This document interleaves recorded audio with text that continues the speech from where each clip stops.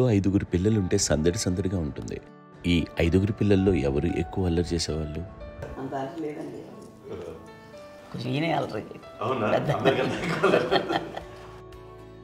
అమ్మ ఇక్కడ ఒకటమ్మా, అల్లరికి, హుషారుకి, చలాకితనానికి, చిలిపితనానికి ఆ తేడా తెలుసుకుని చెప్పమ్మా.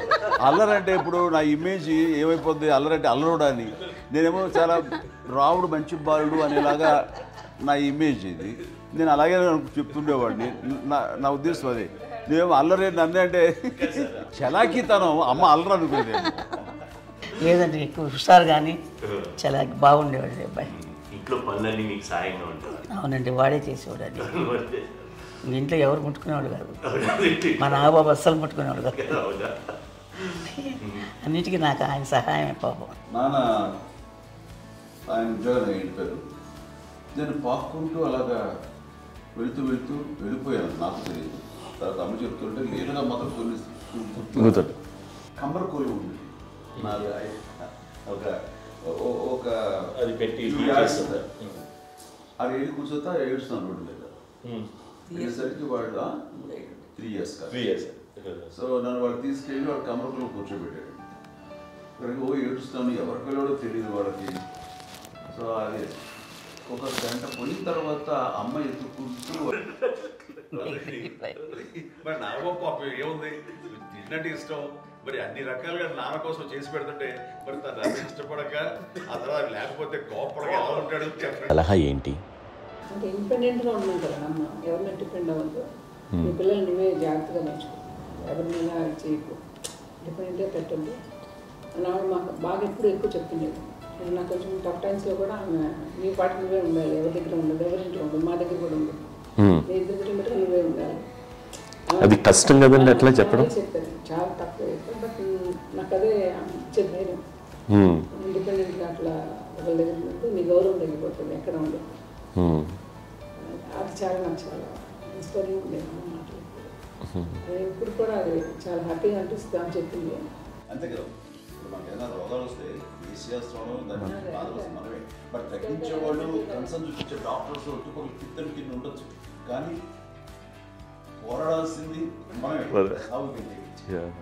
నాకు సార్ కొంచెం ఏదో ఒక డిప్రెస్డ్ ఇదేదో వస్తే ఫేస్ ఒకటి నేనేదో ఇంకా మా అందరి నుంచి నేను సపరేట్ అయిపోయినట్టు ఒక సిచ్యువేషన్ వచ్చినప్పుడు అమ్మ నన్ను పట్టుకుని I'm there for you. Yes, ఎవరు నువ్వు అన్న ఎస్ అన్న ఫ్రెండ్స్ కానీ ఎవరైనా సరే ఎప్పుడు కూడా అలోన్గా మటుకు అనుకోకు, నేను నాన్న ఆవిడ నన్ను పట్టుకొని ఇచ్చిన అఫెక్షన్ లేదా ఫీలింగ్ అసలు బలం అన్నమాట. ఇంకా ఏమైనా చేయగలను నేను, పర్లేదు లైఫ్లో నాకు ఏదైనా సాధించగలను అన్న ఒక భరోసా తల్లి దగ్గర నుంచి రావడం అనేది నాకు ఎవరు అవసరం లేదనిపించింది. అంత స్ట్రాంగ్గా ఆవిడ వెరీ స్ట్రాంగ్, వెరీ ప్రాక్టికల్. అంత స్ట్రాంగ్ చేసింది నాన్న చెప్పండి. మా పిల్లల విషయంలో మేము కూడా మేబీ అంత స్ట్రాంగ్ కాదేమో, సెన్సిటివ్గా ఉంటాం, కానీ అమ్మ మటుకు చాలా స్ట్రాంగ్గా ఉండి మమ్మల్ని కఠినంగా ఇలాగే ఉండాల్సింది, ఇలా ఉండండి అప్పుడే మీరు నేర్చుకుంటారు. ఇక్కడ అమ్మ పాజిటివ్నెస్ గురించి మీకు మాట చెప్పాలి. అంటే తన బిడ్డలకే కాదు, ఈ రోజున మా రెండో పాప శ్రీజ కూడా తనకి లైఫ్ చిన్న చిన్న డిస్టర్బెన్స్ వచ్చింది. ఆ టైంలో కూడా తను ఏముందంటే అప్పుడు నాన్నమ్మ దగ్గరికి వెళ్ళాను, తను ఇచ్చిన భరోసా, తను ఇచ్చిన మాట వెళ్ళలేని ధైర్యం వచ్చింది నాకు. నాన్నమ్మ దగ్గర ఎప్పుడు కూర్చోస్తాడు అప్పుడే పాజిటివ్ ఫీలింగ్ వస్తుందని నాతో షేర్ చేసుకుంటాను. తను మాతో చెప్తుంటే అనిపిస్తుంది కరెక్ట్. అమ్మ ఏం పర్లేదమ్మా, లైఫ్ అంటే ఒకరితోనే అయిపోదు, ఆ ఒక్కడి వల్ల వాళ్ళ ఇన్ఫ్లుయెన్స్ తోటో వాళ్ళు మన మీద నియంత్రించడం కానీ మన బాధల్ని వాళ్ళు చేయడం అవుతాం. జస్ట్ నువ్వు నీ గురించి నీ మనసులో ఏదనిపిస్తే, నీ గుడ్ ఫీలింగ్ ఏదిస్తుందో ఆ ఫీలింగ్ ప్రకారం వెళ్ళిపోదు. అంటే ఆ జనరేషన్ పీపుల్ ఎక్స్పెక్ట్ చేయాలి అలా కాదు. ధైర్యం ఉండి అందరికీ ధైర్యం బాగా నూరుకొస్తారు. ఫాదర్ కూడా, మా నాన్నగారు కూడా అస్సలు ఎప్పుడు అనేవాళ్ళు, ఎప్పుడు మీరు పెట్టే చెయ్యి మీరు ఎప్పుడు పైన ఉండాలి తప్ప తీసుకుని ఎలా ఉండకండి, చేతులు పెట్టండి అనే అట్లాంటివి చెప్తుండేవాళ్ళు. అందుకని మాకు ఇండివిజువాలిటీ మాకు బాగా ఎప్పుడు కూడా ఒకళ్ళని అడగడం అని, ఈవెన్ బ్రదర్స్ని అడగాలన్నా కూడా మాకు అది పడిపోయింది మైండ్లో, కొంచెం కష్టపడ్డది. సో నాకు అంటే ఆవిడ మా అమ్మ ఏదన్నా కొంచెం డిప్రెస్ అయినా నేను చాలా ఎక్కువ అమ్మకి షేర్ చేసుకుంటే అన్నయ్య కూడా లేడు. అన్నయ్య ఉన్నప్పుడు ఓకే, లేనప్పుడు నేనే ఎక్కువ షేర్ చేసుకున్నాను. బట్ ద బెస్ట్ థింగ్ మా అమ్మ దగ్గర నుంచి హగ్ అండి. ఈరోజు కూడా మా అమ్మని హగ్ చేసుకోకపోతే అంటే అది నాకు మా అందరిలోనూ అంటే ఆవిడ పెద్ద చదువుకున్న వ్యక్తి కాదు, పెద్దగా బయటికి వెళ్ళి నా ఎక్స్పోజర్ కాదు. కానీ ఇవాళ అన్నయ్య కానీ విజయ, మాధవి, నేను, కళ్యాణ్ బాబు ఈ రోజుకి టుగెదర్గానే ఉంటాం. మేబీ మాకు కొన్ని విషయాల్లో నాకు మా మాధవ్కి డిఫరెన్స్ ఆఫ్ ఒపీనియన్స్ ఉండొచ్చు, మా చెల్లికి మా అన్నయ్యకి అట్లా ఉండొచ్చు, ఉంటుందండి ఫ్యామిలీ అన్న తర్వాత. కానీ ద ఇన్విజిబుల్ బాండేజ్ మా అమ్మ ఇచ్చింది. ఆ లవ్ అండ్ ఎఫెక్షన్, హగ్ అవన్నీ ఆవిడ నాన్ వెర్బల్ అడ్వైజ్ ఏంటంటే అందరూ అలా కలిసి ఉండాలనేది ఆవిడ నుంచి మేము నేర్చుకున్నామండి. అది ఇట్స్ ఇస్ నాట్ వర్డ్లీ, అది నోటి మాట కాదు, అది వెర్బల్గా కాదు, నాన్ వెర్బల్గా చెప్పినటువంటి.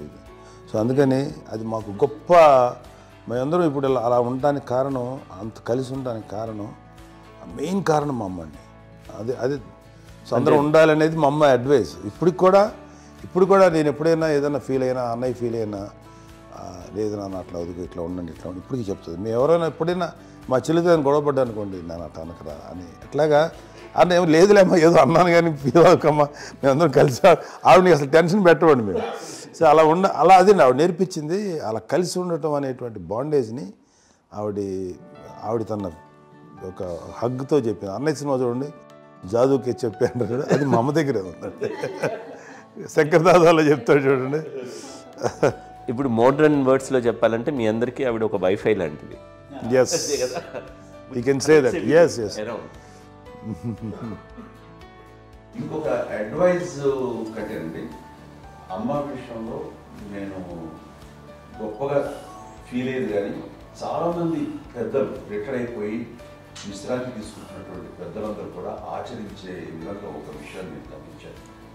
ఇప్పుడంటే నా దగ్గర ఉంటుంది కాబట్టి ఉన్నాను. అమ్మ విడిగా ఇంకొక ఇంట్లో ఉండేది. ఇన్ని సంవత్సరాలు నాన్నగారు పూర్వం దగ్గర నుంచి ఉండేది. అన్ని సంవత్సరాలు ఒంటరిగా ఉండి నన్ను బిడ్డలందరూ ఎవరు మానవులు వెళ్ళిపోయారు, నేను ఒంటరి అయిపోయాను అన్న ఫీలింగ్ అమ్మకు ఎప్పుడు ఉండేది కాదు.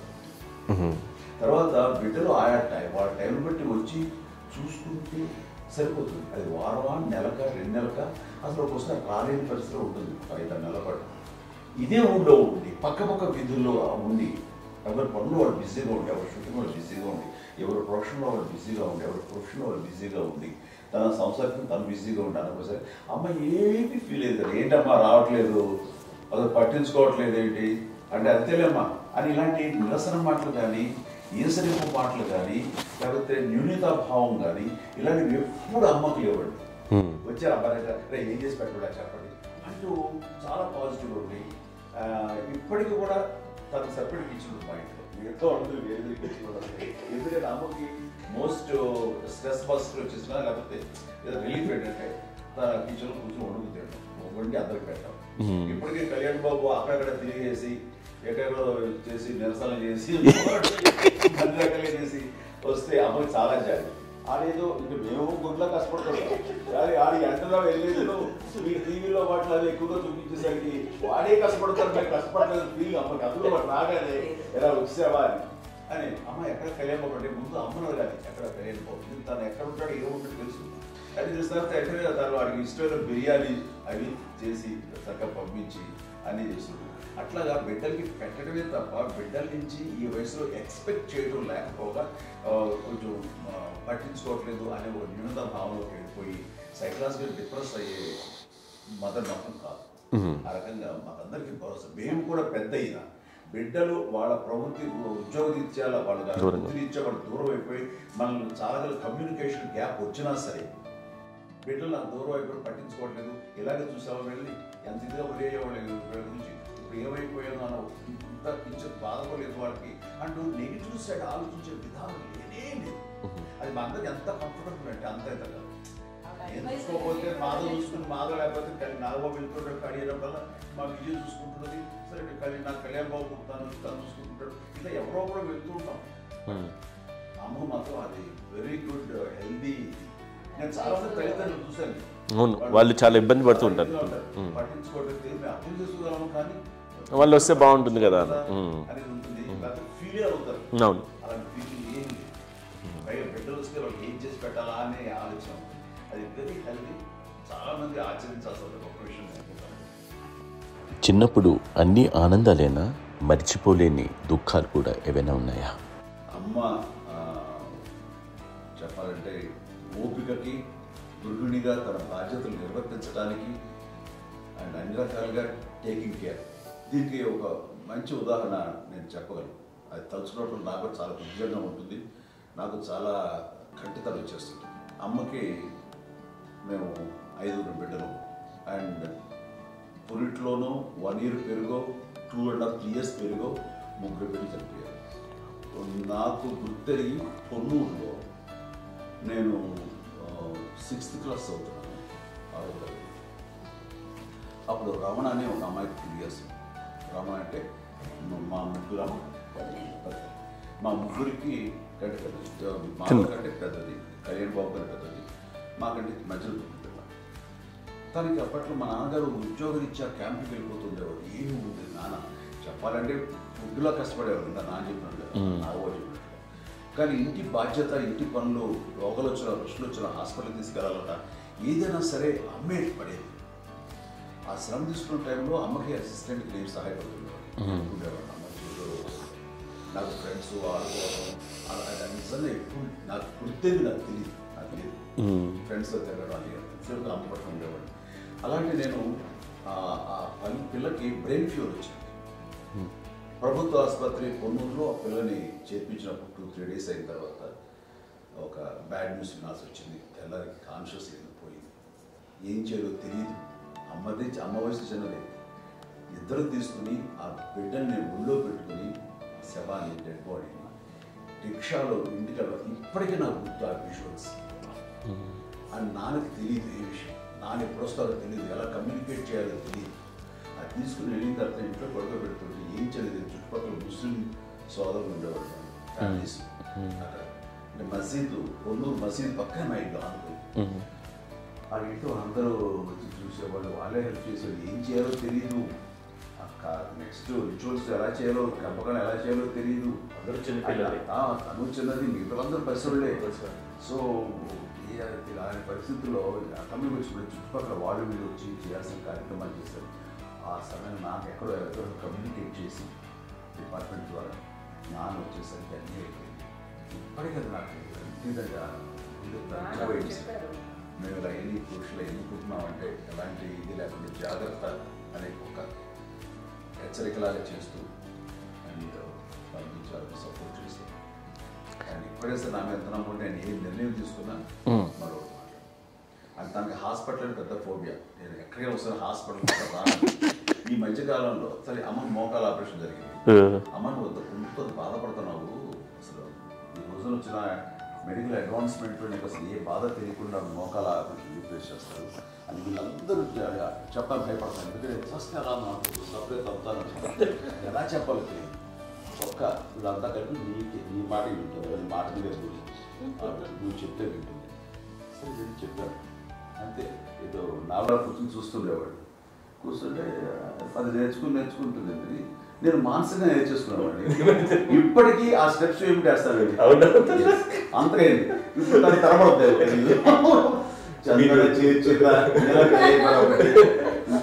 గౌరవంగా మాట్లాడుతున్నాడు కానీ అన్నయ్య అవుట్ ఆఫ్ ప్రొటెక్షన్ మాట్లాడుతున్నాడు కానీ, అవుట్ ఆఫ్ మాట్లాడుతున్నాడు కానీ అసలు ఎప్పుడు ఏ పని చేయలే. లేదు ప్రామిస్ అండి, ఏ పని చేసేవాడు కాదు. మా ఇద్దరికి మధ్యలో పాపం అన్నయ్య చాలా పని చేసేవాడు. ఎంత పని చేసేవాడు, నేను ఇచ్చిన తర్వాత మళ్ళీ నాకు ఏదైనా చిన్న పని చెప్తే అది కూడా నువ్వే చేయనివ్వండి. ఆ కోపం వచ్చేది, కోపం వచ్చి ఒకడు కొట్టేవాడు. కొడితే కోపం వచ్చేది తప్ప నేను వెళ్ళేవాడిని కాదు. అమ్మకి ఎప్పుడు ఏంటంటే ఒక ఇదే పని చేయడని, అంతే. నిజంగా ఏ పని చేసేవాడిని కాదు. అవునా? లేదు లేదు లేదు మహాప్రేమ.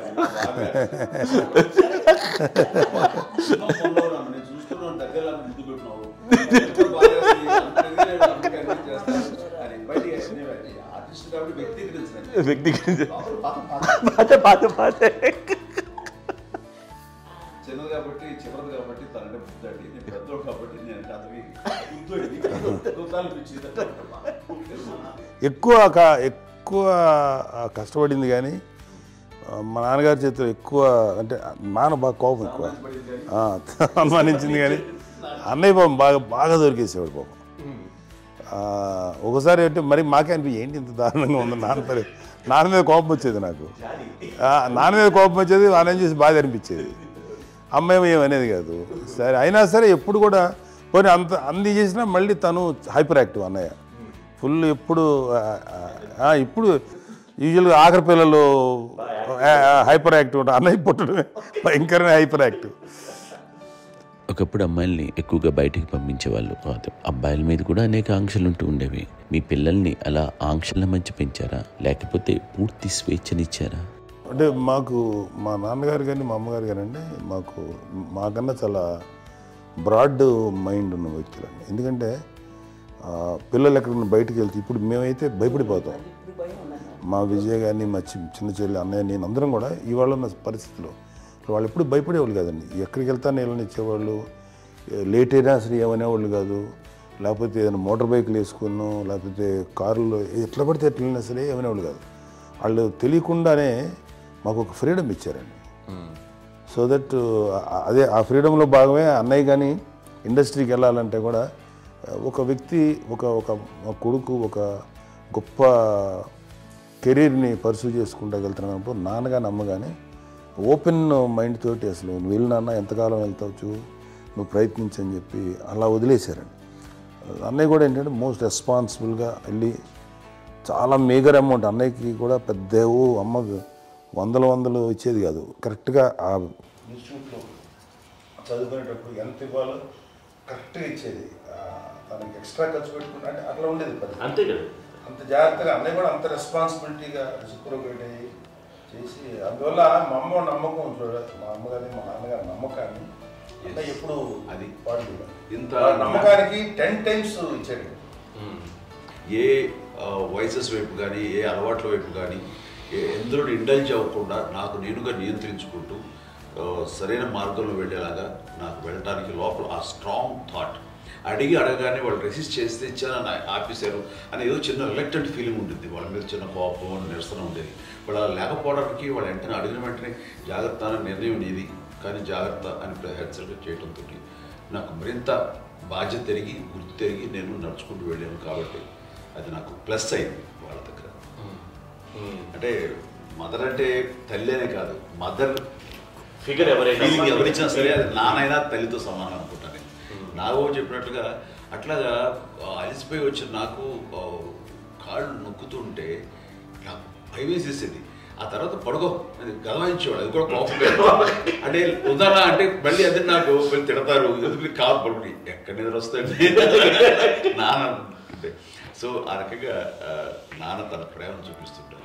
ఆ తర్వాత గోండా టైప్లో కూడాను నేను ట్రైన్ కింద వెళ్తుంటే నాన్న అక్కడే ఉన్నారు, రాజమండ్రి దగ్గర ప్రాంతంలో. ఆయన చాలా కోపం చేస్తుంది, ఇలాంటి చేస్తుంటావు నువ్వు, ఏదైనా అయితే ఏంటి అది చెప్పి. ఏం పర్లేదన్నా ఏమవుతుందో అన్ని రకాల సేఫ్టీ అన్ని రకాల జాగ్రత్త తీసుకున్నాం. ఈ రోజు ఉన్నంత సేఫ్టీ అప్పుడు లేదు. అయినా సరే రేపు పొద్దున నీ కొడుకులు ఇలాంటి పరిస్థితుల్లో నీకు తెలిసి వస్తారు అప్పుడు అనేవాడు. ఎన్నిసార్లు అనేవాళ్ళు నాకు నిజంగానే మగధీర టైంలో గుర్ర పెట్టుకుని ఆ రోడ్డు మీద పడిపోయాడు అని అన్నప్పుడు నాకు ఆ ఫస్ట్ టైం ఆ ఫీలింగ్ కలిగింది.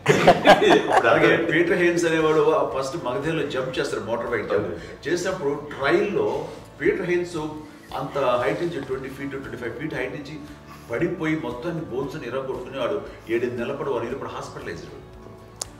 అది వీడైతే ఏమో తలుచుకుని భయం వేసేసేది. అప్పుడు నాన్న గుర్తుకొచ్చేవాడు, ఓహో వాళ్ళ టెన్షన్ ఇంతే లేవు, మనకి మన కొడుకు వస్తే తెలియదు ఈ మాట నాన్న ఎప్పుడు అన్నారని అనిపిస్తుంది. Sweet memories. అత్త కోడళ్ళ మధ్య అనుబంధం ఎలా ఉంటుంది? సురేఖ్ గారితో మీకున్న అనుబంధం గురించి చెప్తారా? మాకండి కోడలు కాదండి, నా కూతురండి. అంత బాగుంటాం మేమిద్దరం కూడా.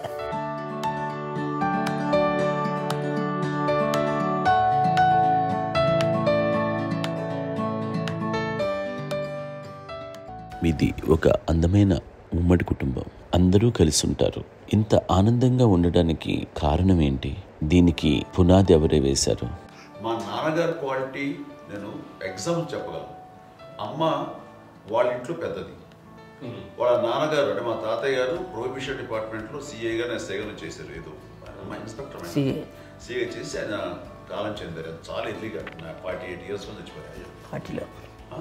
40 చచ్చిపోయారు. 40 సరిపోతే ఆయనకి అప్పటికి అమ్మ కాకుండా 9 బిడ్డలు. అమ్మ తర్వాత అబ్బాయి తర్వాత 3 ఆడపిల్లలు. వాళ్ళు ఏంటంటే రాకరావడి నాగబాబు కంటే కూడా చిన్నవాడు. అది ఆ వయసు అంత చిన్నవాడు. అమ్మ మా పిన్నమ్మలు నాకంటే చిన్నవాడు. అలాంటి పిన్నమ్మల్ని ఆయన వీళ్ళ నాగ చనిపోయిన తర్వాత తన ఫ్యామిలీ అంతగా నాన్న పెంచారు. నాన్న కూడా అరాకురా శాలరీ మీద బతికేదే తప్ప కూడా కాదు. సో తనకు మిగిలిన దాంట్లో మళ్ళీ ఆ ఫ్యామిలీని చూసుకోవడం, మా అమ్మమ్మను చూసుకోవడం, వాళ్ళ మంచి చెడు చూసుకోవడం. వాళ్ళకు ఇల్లు మాత్రం ఉంది మొగల్తూరులో. ఆ ఇంట్లో వాళ్ళు అద్దెకు వస్తే ఆ కొంచెం డబ్బు నానిచ్చే డబ్బు, అక్కడ పొలం కొనిచ్చారు. ఆ పొలం మీద వచ్చే డబ్బుతోటి అంతా బాగా చూసుకోరు తన ఫ్యామిలీ లాగా. కాబట్టి నాన్న ఫస్ట్ సూత్రధారి. అమ్మ కూడా ఫ్యామిలీ బాండింగ్ టుగెదర్నెస్ అనేది స్ట్రాంగ్గా ఉండటానికి నాన్న ఏర్పాటు చేసినటువంటి బీజం. అది అమ్మ కంటిన్యూ చేస్తుంది. మేము ఇవన్నీ చూసి మేము నేర్చుకుని మేము టుగెదర్ అంటున్నాను. అందునే we are very rich in terms of emotional bonding. ఎవరికి ఏ కష్టం వచ్చినా, ఎవరికి ఏది ఇబ్బంది వచ్చినా సరే మొత్తం అందరం గురిపోతాం. ఏ లెవెల్గా వెళ్ళిపోయి మోర్ సపోర్ట్ చేస్తాం. అంటే వీ డోంట్ ఎక్స్పెక్ట్ ఇంకా అంతమంది ఏముంది ఒకరినొకరు భరోసా. అది మా ఫ్యామిలీ మేము వెరీ స్ట్రాంగ్ అని చెప్పాలి. పెద్దవాడిని కాబట్టి అవకాశం నాకు వచ్చింది కాబట్టి అమ్మ ఇది ఎప్పుడు ఎవరు కొన్ని విషయాలు నాగబాబు సపోర్ట్గా ఉంటాడు. నాగబాబు ఉండి వాడు ఉంటాడు భరోసా. అలాగే ఆడపిల్లలు మీ అందరిలోనూ అమ్మని ఎవరు ఎక్కువ జాగ్రత్తగా చూసుకుంటారు? ఎగ్జాక్ట్లీ. మేము కూడా గమనించలేని సున్నితమైనటువంటి ఇష్యూస్ లైక్ హెల్త్ విషయం కానీ, అమ్మ మూడు కానీ, అన్నయ్య ఎంత క్యాజువల్ ఎంత బిజీ ఉన్నా ఒక అమ్మాయి ఉంటుంది. అలాగే చాలా చిన్న చిన్న విషయాలు కూడా చాలా మెడికల్ ఇంట్రెస్ట్. అందుకని మాకు అన్నయ్య ఉన్నాడు, అన్నయ్య దగ్గర ఉన్న అమ్మ అంటే ఇంకా ఎక్కువ రిలాక్స్ అయ్యాను. అన్నయ్య దగ్గరికి వచ్చాక మేము అందరం చాలా కంఫర్ట్ అయిపోయాం. ఎప్పుడు ఎవరు కొన్ని విషయాలు నాగబాబు సపోర్ట్గా ఉంటాడు. నాగబాబు ఉండి వాడు ఉంటాడు భరోసా. అలాగే ఆడపిల్లలు ఇట్లా ఒకరినొకరు కాంప్లిమెంటింగ్ టు ఈచ్ అదర్ అండి. అవి ఒక్కరు కాదండి. అది వాళ్ళ అమ్మ చూపించే ప్రేమగా నేను చెప్పగలను. కానీ బట్ దీని అందులో సూత్రధారి నాన్న తర్వాత అది అమ్మ మెయింటైన్ చేస్తుంది. ఇప్పుడు అమ్మ నా ఇంట్లో ఉంది అంటే మనవాళ్ళు వస్తారు, మనవాళ్ళు వస్తారు, ఆడబిడ్డలు వస్తారు, వెలుబిడ్డలు వస్తారు. ఇల్లు ఎప్పుడు కలకలాడతారు అమ్మ. అది మేమందరం ఆచరిస్తుంటాం పండగలకి పబ్బాలకి. అది నిన్న మొన్న నాగబాబు వచ్చి చాలాసేపు కూర్చున్నాడు. నేను ఇంట్లో లేకపోయినా వచ్చి నాగబాబు కూర్చొని టైం స్పెండ్ చేసి వెళ్ళిపోతుంటాడు. అలాగే చెల్లెలు ఇద్దరు ఆల్మోస్ట్ ఎవ్రీడే మాత వస్తుంటుంది, తను కూడా వస్తుంది. నిన్న సాయంత్రం కూడా వచ్చి ఉంటుంది. అమ్మా మధ్యాహ్నం వచ్చి కదా వచ్చి ఇక్కడే భోజనం చేసుకో అలా ఉంటుందండి.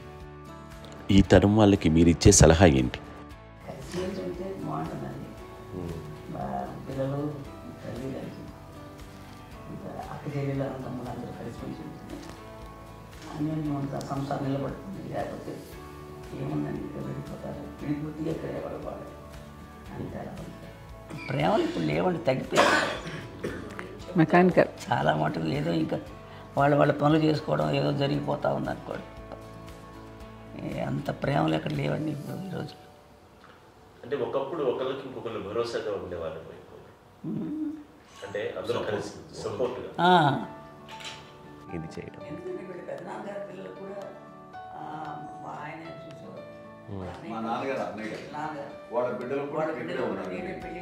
వాళ్ళు కూడా అమ్మాయి వాళ్ళ ఆడపిల్లలు కూడా అమ్మాయి చూడండి. నాన్న ఎట్లయితే తన చెల్లెలు చూసుకున్నారో అట్లే నాన్న తరపు అమ్మగారి పిల్లలు వాళ్ళు చనిపోయారు చెల్లి గారు.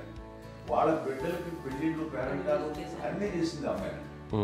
అమ్మ అలా చేసింది కాబట్టి అది మాకు మార్గదర్శకం ఉంది.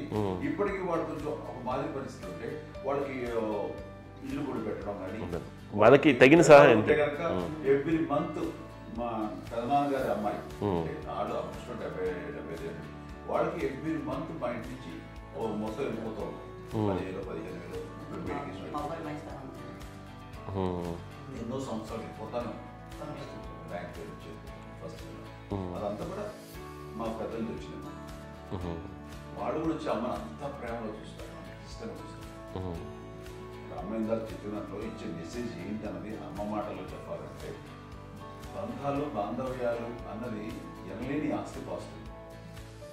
సో ఎలాగైతే డబ్బు ఎంత సంక్రమించింది, ఎన్ని ఆస్తులు వచ్చాయి ఫిజికల్గా అనే దాని మీద కంటే కూడా ఇవి ఆస్తిగా తీసుకుంటూ దీన్ని విలువ ఎరిగి గుర్తెరిగి దాని ప్రభావం తెలుసుకుని అది కనుక మనం ఇచ్చుపుచ్చుకుంటే ఫ్యామిలీలో అంటే దాన్ని మించినటువంటి గొప్ప సంపద కష్టాలు వచ్చినప్పుడు డబ్బు తీరుస్తుంది కాదండి, కష్టం వచ్చినప్పుడు ఒక భుజం తీరుస్తుంది, ఒక చేయూత తీరుస్తుంది. అది మన బ్లడ్ రిలేషన్ మనలో మనకి అది ఉండటం అనేది అదృష్టంగా ఫీల్ అవుతాం. అంటే ఒకసారి అమ్మ చూసి నాకు ఎందుకు అనిపిస్తుంది అంటే అది ఎవరి ద్వారా సంక్రమించడానికి తన ఆ చెట్టు కొమ్మలమే కాబట్టి ఆ చెట్టుకే మనం ఆపాదించాలి. ఎక్కడో మామూలుగా ఉండాల్సిన వాడు ఈ రోజున ఈ స్థితిలో ఉన్నాము, ఇంతమందికి లైఫ్ రావటానికి దోహదపడ్డాము, ఇంతమంది కలిసికట్టుగా ఉండటానికి ఇదైంది.